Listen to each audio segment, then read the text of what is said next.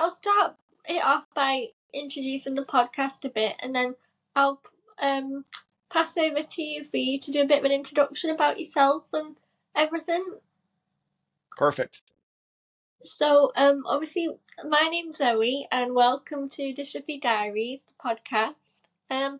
I set this up because, as someone with muscular dystrophy myself, I really wanted to just raise awareness about muscular dystrophy, meet lots of different people, because I think there's so many exciting and really interesting people in the community that I think, it's nice to show the world those people and show what we're about, all the things we can do rather than what we can't do. And I just really hope that this podcast gives people a bit of a better insight into life with muscular dystrophy.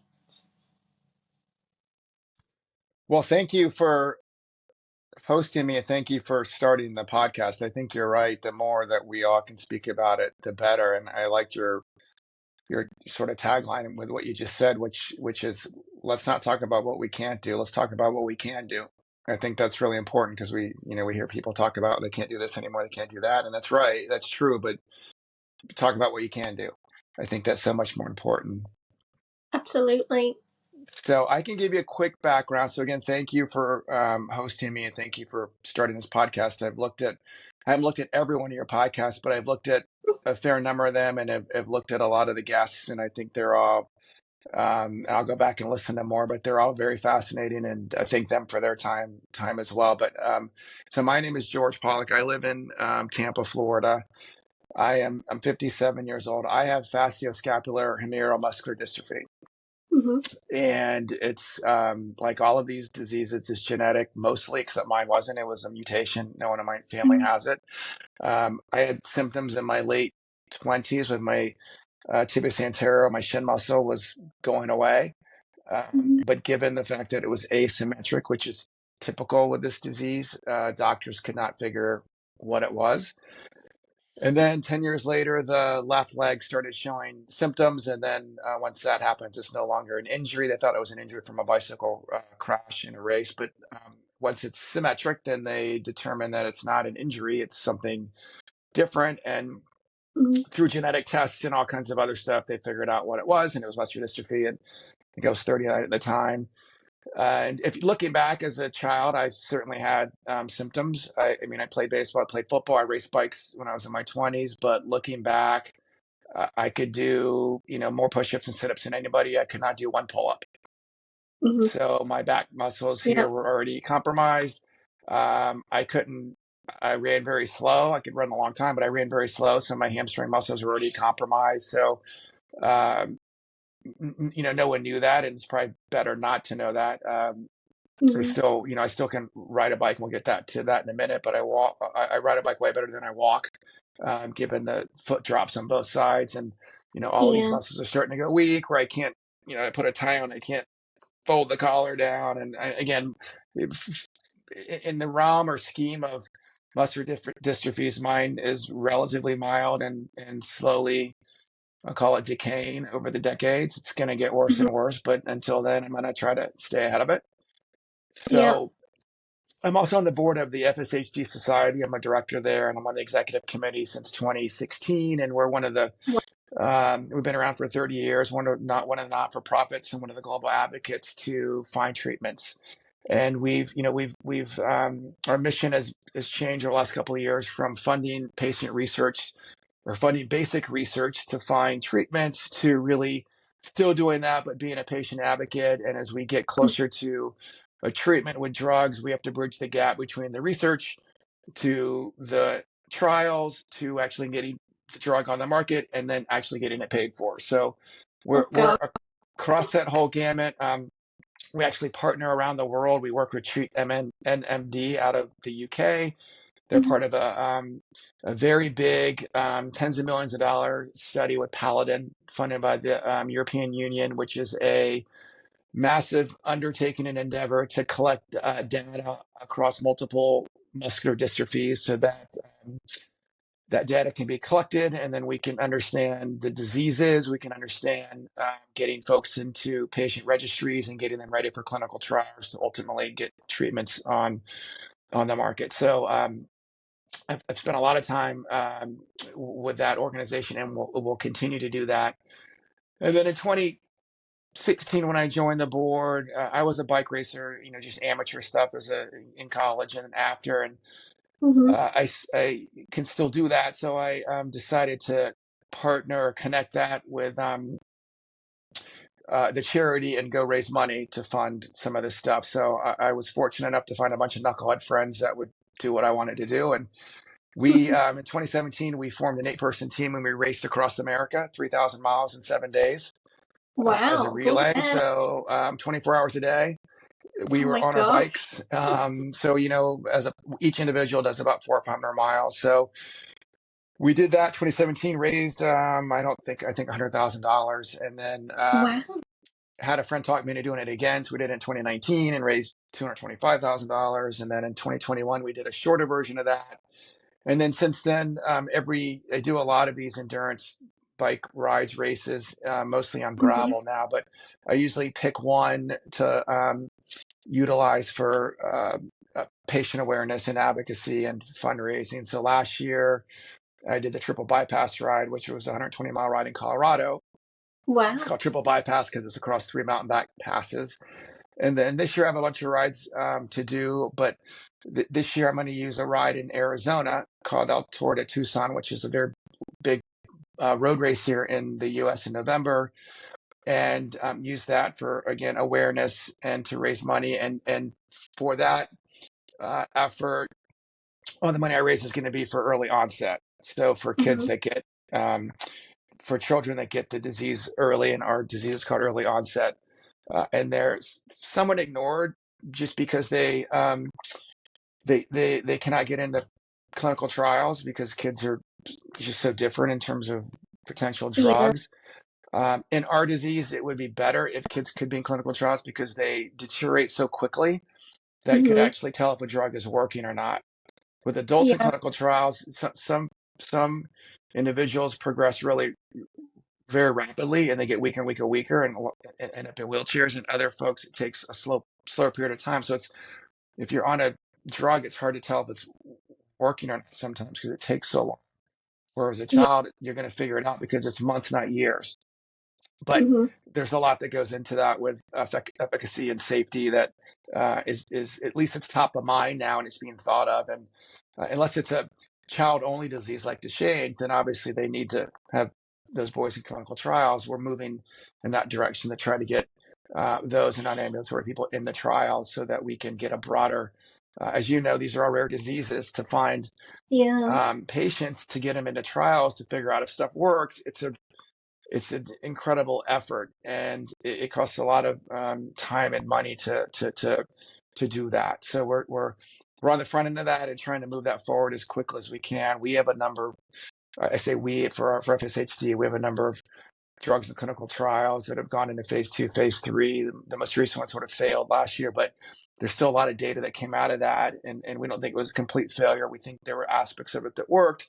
So now we're working to mine that data and figure out, be able to better utilize it for the next trial with another drug or treatment that's available, that's coming out.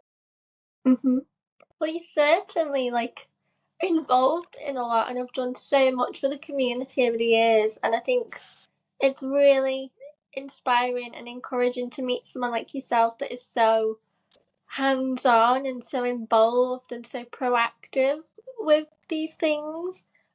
Obviously, I know cycling is a big passion of yours. Do you want to talk a little bit how you got into that and all the things you do to help raise money for the community Yes. with alongside your passion? Yeah, and I think and I'll come back to why I think it's so important. But I started bike racing in college, and then continued to do that on and off for 10 or 15 years. Looking back in my late 20s, when I was working full time and riding less, but I was certainly having some difficulty in certain hard rides or races. And looking back, that's when the weakness, really started. So I can still ride very well and long, but I've lost a lot of what I'll call top end power. Just, power where you have to sprint or go uphill really fast. That's um, going away more so, not just because of getting older, just Yeah. because of the disease. So, um, Yeah. but when I was diagnosed at 39 and I walked into the neurologist, unfortunately she retired because I don't think she was helping our community. She goes, well, Mhm. and a different gentleman had diagnosed me. He was sort of brilliant and was the only one that figured it out. But I walked into her office and she goes, yeah, you have this. And I go, well, what do I do now? She goes, there's no treatments. I go, okay, what do I do now? She goes, nothing. I go, what do I do now? I go, I Mhm. exercise. She goes, what do you do? I ride bikes. I race bikes. She goes, for how long? I go, I don't know, 1 hour, 2 hours, 3 hours, 5 hours. So she's like, well, you can't do that anymore. You can only go for 30 minutes. Easy. And I go, well, with all due respect, I don't think that makes a lot of sense. And two, I'm probably not No. going to listen to that. So fast forward almost 20 years from that, and that was the absolute 100% wrong advice to give anybody. Yeah. Uh, that's the wrong advice for us with a disease, let alone everyone out in the world that should be moving. So I'm a very big, and it's on I have a small website with a page that I change periodically, but the tagline on my website is we do all of these events to inspire others to move to their best of their ability. So Mhm. I can still go ride a bike. That's great. Um, if you're in a wheelchair, um, do move to the best of your ability. Use 3 pound weights. Just move your body. I see that you do the swim sessions. It's so Mhm. important to move, not just for us with the disease, for the world. Frankly, I have another tagline I use when I post stuff on Instagram, which is movement is medicine, I and it agree. really is. That's the number one best thing to do for anything that you can think of in terms of disease, as long as you're capable of doing it. And that's why I say move to the best of your ability. But um, it's just more energy, blood pressure, whatever it is. That's one of the solutions. And I'm not a doctor. I'm not, I can't put forth Yeah. that advice from that perspective, but absolutely. And I don't walk very well. I can still walk and I can walk far, Mhm. but I trip and fall, and every once in a while. I did it the other day in my kitchen and laying on the ground. But moving, that walking motion is still so good for me. Works I your core, agree. works your legs, and I call it blood flow. You have to get blood flow to your muscles and You the do. tendons and everything. That just has to work. And if I Mhm. don't move, then I start to feel really bad. My muscles get really tight. They're already um, some of the muscles, like the shin muscles and the hamstring and the back left calf muscle, if it's only half there to begin with, and you don't use it, it's going to get worse. And then if you're not using it, it's not getting a workout, and then it gets worse. So you just have to move. So I'm a big advocate of whatever you can do to move it. We were just sitting here and I just looked right before we got on this call, and one of our former neighbors, um, who follows me on Instagram, and super very healthy, obviously, and her kids grew up with our kids, but she just said, hey, I finally listened to you. You inspired me. I'm doing a triathlon, which is, good for you. It doesn't, Yeah. just doesn't matter. Just go do it. Have fun, finish it. Don't get hurt. And that's, so that's what I'm trying to um, get people to do. We take it to the next Mhm. level, obviously, with these super long races. I'm doing a 330-mile bike packing race in 2 weeks around Florida over a couple of nights. But there's there's a gentleman, I don't know this gentleman, but this guy, Michael Easter, he's very big into longevity and health span and moving. And he wrote a book called Comfort Crisis. And Mhm. it's a Japanese, comes from a Japanese term or culture. He's modified the definition a little bit, but he every year, and I try to do the same thing. He does some epic adventure, and it's called a Misogi. And a Oh. Misogi can be as simple as running a marathon to, um, carrying heavy weight around your neighborhood. It's whatever you want it to be. But Mhm. it has three. Um, there's only three rules to a Misogi. Um, One is you have to have fun. Two is Yeah. you have to have a 50 for you have to have it's got to be hard enough where you only have a 50% chance of actually finishing it. So, and Okay. it's not called failure, because if you do the event and you can't finish it, that's not a failure. You're going to be way much further ahead for the experience. So 1, have fun. 2, it's got to be hard, and 3, don't die. Yeah, Those are the 3 that's rules. quite an important one. That's yeah. So those are the 3 rules. And other than that, it can be whatever you want. But the concept is get out and he also, his website is he has a website called 2%, and Mm-hmm. that's the 2% club, which is you want to be in the 2% of the world that does these kind of things. Whatever your ability is, whether if it's for you walking around the block, or for anybody else, that's great. If it's climbing a mountain, that's great. But being that 2% that moves on a regular, consistent basis, that's the key to living. Not so much living long, but living healthy when you're older, because Mm-hmm. you can get up off the floor, you can do basic things, you can take care of yourself. If you don't ever move when you're 20, 30, 40, 50, you're in Mm-hmm. trouble. When you get older, you're in real trouble, and we see it every day. And again, I still think, I'm not trying to be so, not arrogant's the wrong word, but I get it. Not everyone can do these things, but everyone can move a little bit, and they should be able to. And everyone needs to move to their best of their ability. That's the key. And whatever that is it's pretty important. I think. No, I agree with that absolutely. I mean, I can walk and move. It's difficult, and you know, Yes, but I feel so much better for moving and always have done for years. And I think because I've always committed to physio and regular movement, I think that is what has kind of kept me as mobile as I am and for as long as absolutely, I it have. does. Yep. And the swimming, oh my gosh, I swear by being in the pool, because just the feel of it after and the pain, like the levels of pain reducing, I don't think I'll ever stop swimming, because I think I would just be in such an awful physical state now without it. So I completely agree with you.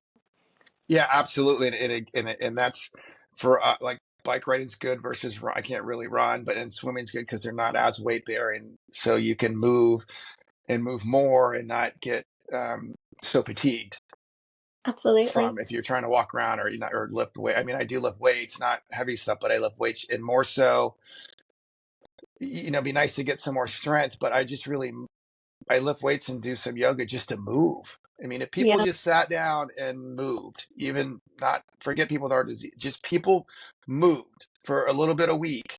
When I say move, some of it is just if you do this, you Yeah. feel your things in your neck go. If you lift your arms, if you do the core, people don't do those things. And when they fall, they get No. hurt. They fall, and they can't get up and they get hurt. And if they moved a little bit, that wouldn't happen to them. It wouldn't. The muscle would have or limb would have moved in that direction prior. The muscle has some mobility and it's got some strength to it, and it would save a lot of injuries.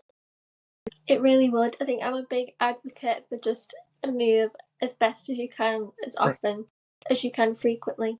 So obviously, people with our disease, like it's such a complex condition in the sense of how it affects everybody differently across the board. And I think something I've found really interesting since starting this podcast is a lot of people that listen to it that didn't know about muscular dystrophy all keep commenting to me about how like surprised they are to learn how varying it is and Yep. how it affects everybody differently. And obviously, from your own experience, what would you like to say about muscular dystrophy? So, for anybody that's listening that doesn't know anything or know much about life and muscular dystrophy, what message would you like to put out to them?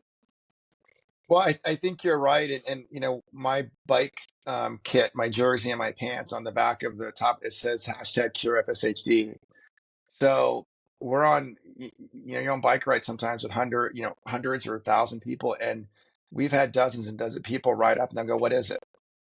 Yeah. And Mhm. doctors and nurses that have never heard of it. And Yeah. I would say the medical, some people, they really want to understand it. That the medical profession. I talked to a doctor last year, and he was really intrigued, so he asked a lot of questions. So I think it's on our responsibility to tell as many people as possible. And I think Mhm. I think the ask is we're trying to um, what's the right term? Not influence, educate. We're trying to educate people. Our disease, and for a lot of it, it's you wear it on your sleeve. You can see, people can see I can't walk well. They can see what, how you walk, or Yeah. they see people in wheelchairs, so they know that. But everyone's dealing with something. So Mm-hmm. there ought to be compassion for everybody, and realize everyone's going through something. Some is harder than others, but just respect that, and offer helping hand if you need to, but just understand that things happen, and we're all trying to deal with it. I don't think any of us, none of us, are looking for anybody to feel sorry for us. I don't really care No. what people think. I really don't. It is what it is, and I want to help. I want to help people like us that, and tell the story about people like us to get it further Mm-hmm. out, and we also need to recruit. Recruit's a bad word, but we need to recruit more patients, because we have to get them into clinical trials. It's the only way we can get through a drug towards treatment. If we don't test it, then and a lot of these drugs fail because they can't get through clinical trial, because they can't get enough patients. So it's just as important to tell Yeah. everyone doesn't have this disease, so they have more awareness about it, and they'll tell others. But it's also important to get the word out, like with your podcast, and try to influence one more, another person, two more, three more, and Mm-hmm. get them interested, because um, I've met lots of folks. We have national conferences, and just being involved for so long, you meet a lot of people, and some folks are really involved, and some people are just in complete denial. Yeah. I met Mm-hmm. a couple of years ago. We hosted a kickoff event for one of our bike races, and there was a father came, and he had two children that were early 50s, and a woman and a man. And the woman came, and she was very compromised, in a wheelchair, could barely walk. And her Mm-hmm. brother, same disease, just as bad off from that physical. And he wouldn't Mm-hmm. come, don't want anything to do with it, doesn't want to meet anybody else. He's just sort of living his own world. And when I was Mm-hmm. diagnosed, I didn't know anybody that had this. No, I me met neither. nobody. I had nobody. I didn't know anybody until I think I went to there was a fundraiser dinner in Boston in 2017, and I went and I hosted a table for some young women that all had the disease, and it's the first person people I've ever met. So it's sort Well, of rare now. There's more and more, because we have local chapters. We have 30 or 35 local chapters, and we do a lot of walks to fundraise. wow. So the local chapters have sessions and education sessions and meet and greet, and Mark Stone, our CEO, comes into town. So it's much more involved than it was 4 or 5 years ago. But Mm-hmm. many people have the same exact story when they were diagnosed, like never heard of it, didn't know anybody. Now, No.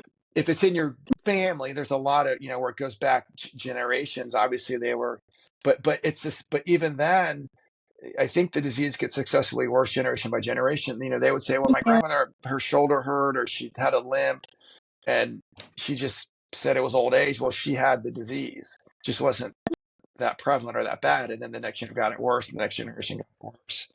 So it's Mm-hmm. interesting how it manifests itself, and how people It is. just, in a sense, deal with it. But now with, um, science and medical and education, and frankly, the ability to sort of crunch big data, we can figure this stuff out. And there's more. Mm-hmm. 15 years ago, you couldn't do what you're doing with social media. So we couldn't No. reach people. You wouldn't be able to reach people. So now we can reach people almost instantly. There was the NFL football here. Netflix was showing some of the football games, and someone asked, well, why is that? And I'm like, very simple. Netflix reaches billions of people, hundreds of millions of people around the world. The local TV stations here don't do that. They reach No. in North America. They reach hundreds of millions across the world in an instant. So this is Mm-hmm. what this platform allows us to do. Even just, I do a little bit of social media, but my Instagram, and I've met some of these folks, but now I have, fellow patients all over the world, Mm-hmm. California, Brazil, Europe. You just meet people that are going through the same thing, and they're inspirational, and they're trying to provide the same message, and just move and connect. And it's a great, it's one of the great things of these type of platforms, to reach people in a good way. I think so. I mean, as you say, I think it's a bit of a journey of acceptance, and you do meet people that quite early on and are in that denial phase where they're like don't even want to meet anyone, no, not at all. And I think by doing things like this and having these platforms, it gives people the chance to slowly integrate into Right. that acceptance and kind of dip in and out with bits that maybe they might want to learn a bit about this but not that. And I think it gives them that chance to start that acceptance journey whenever they're ready. You know, they can Right. log on and join in or watch a video when they're ready, instead of, whereas maybe 10, 15 years ago where there was a select few groups, it was like if you didn't go to that one, you'd have to wait God knows how long to go to another one. So I think I'm very thankful for these platforms for that reason, and I wish way back when I started on this journey that I could have watched videos like these and met people like yourself and seen that, there was a lot more that we could do as opposed to what we can't do. Right. And I mean, I can't portray to understand how everyone thinks, right? Sometimes, there's no treatment, so people get depressed. But um, at the end of the day, no one's going to help you if you don't help yourself, right? No. So there's a great education. There's so many people around. So whether it's nutrition, certain things may help you better if you're eating better, at least not gaining weight, Mm-hmm. exercise, whether you need access to devices, a wheelchair, maybe it's home health, maybe you need to understand how things get paid for in insurance. Maybe there's other things that could help you, but you can't, you got to go do it, because you can't sit around and wait, oh, there'll be a drug someday. I don't know if there will be a drug. I hope there will. I think there will be soon, but if you don't qualify to take it, then because you haven't done all these other things, that's not going to help anybody. So you have to be, Yeah. in a decent enough health that when you're ready and something does come out and it really is gonna help you, but you have to, no, you have to do it on your own. You have to look in the mirror and just go do it. It's not, I'm not saying You it's have easy, to, and you can rely on, support like this and family and friends. And there's a lot of people that want to help, but you have to go seek it and ask for it, and sort of take responsibility. you can't help someone that doesn't help themselves. Again, it's got to start with you, and You're you right. have got to be willing to just help yourself and do what needs to be done to look after you.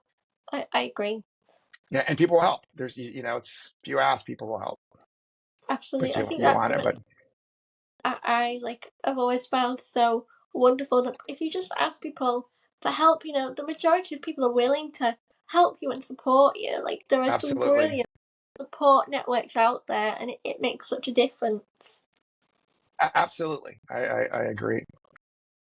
So, but before we round this off, because I'm conscious I don't want to keep you for too long, but is there anything else you would like to either put out there, like a positive message? I always like people round off with a sentiment that they'd like people to know, people that are listening, to either understand about themselves or the condition, or is there anything you'd like to promote and make people aware, like any resources?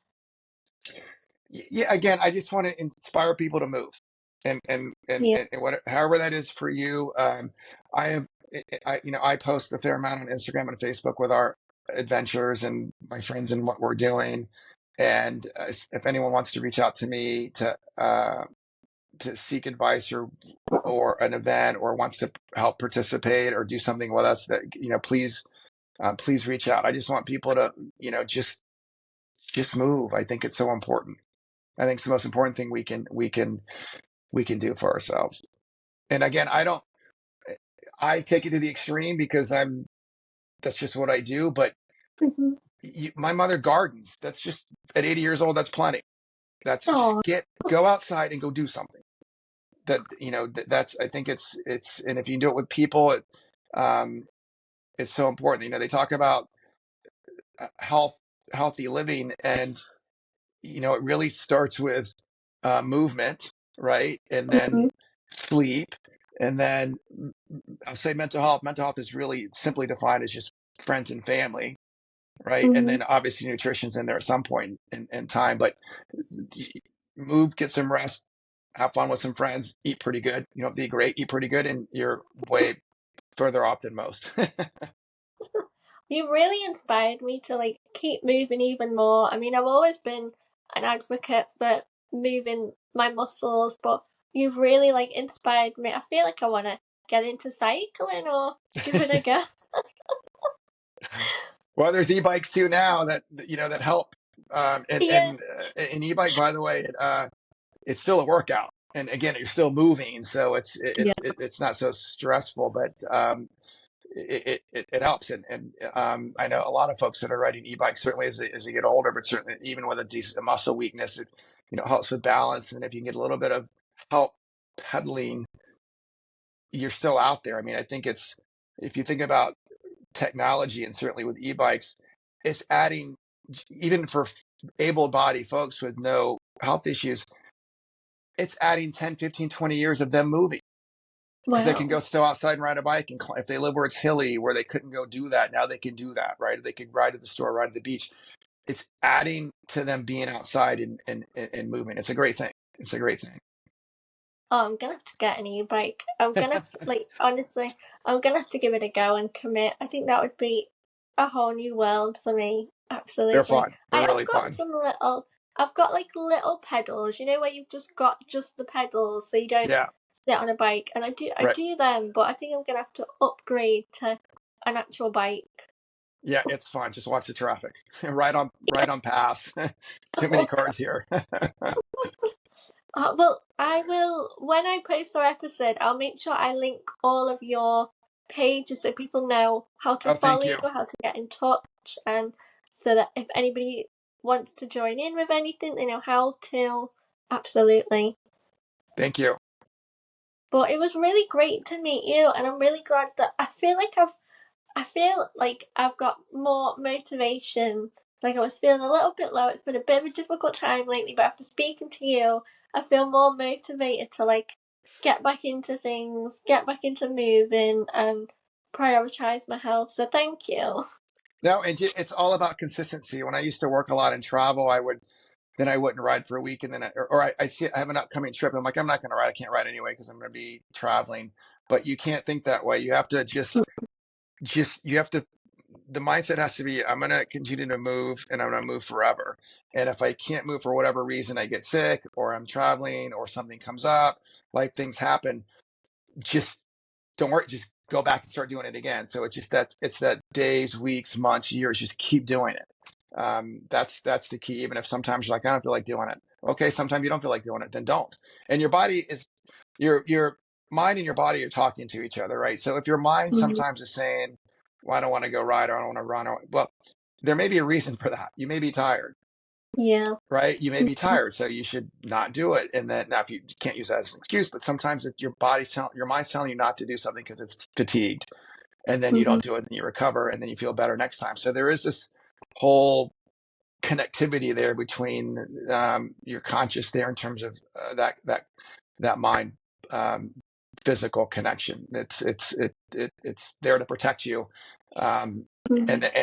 and to incent you and encourage you. So again, thank you. I appreciate your time, and please keep doing what you're doing. I'll keep listening, and I think it's great.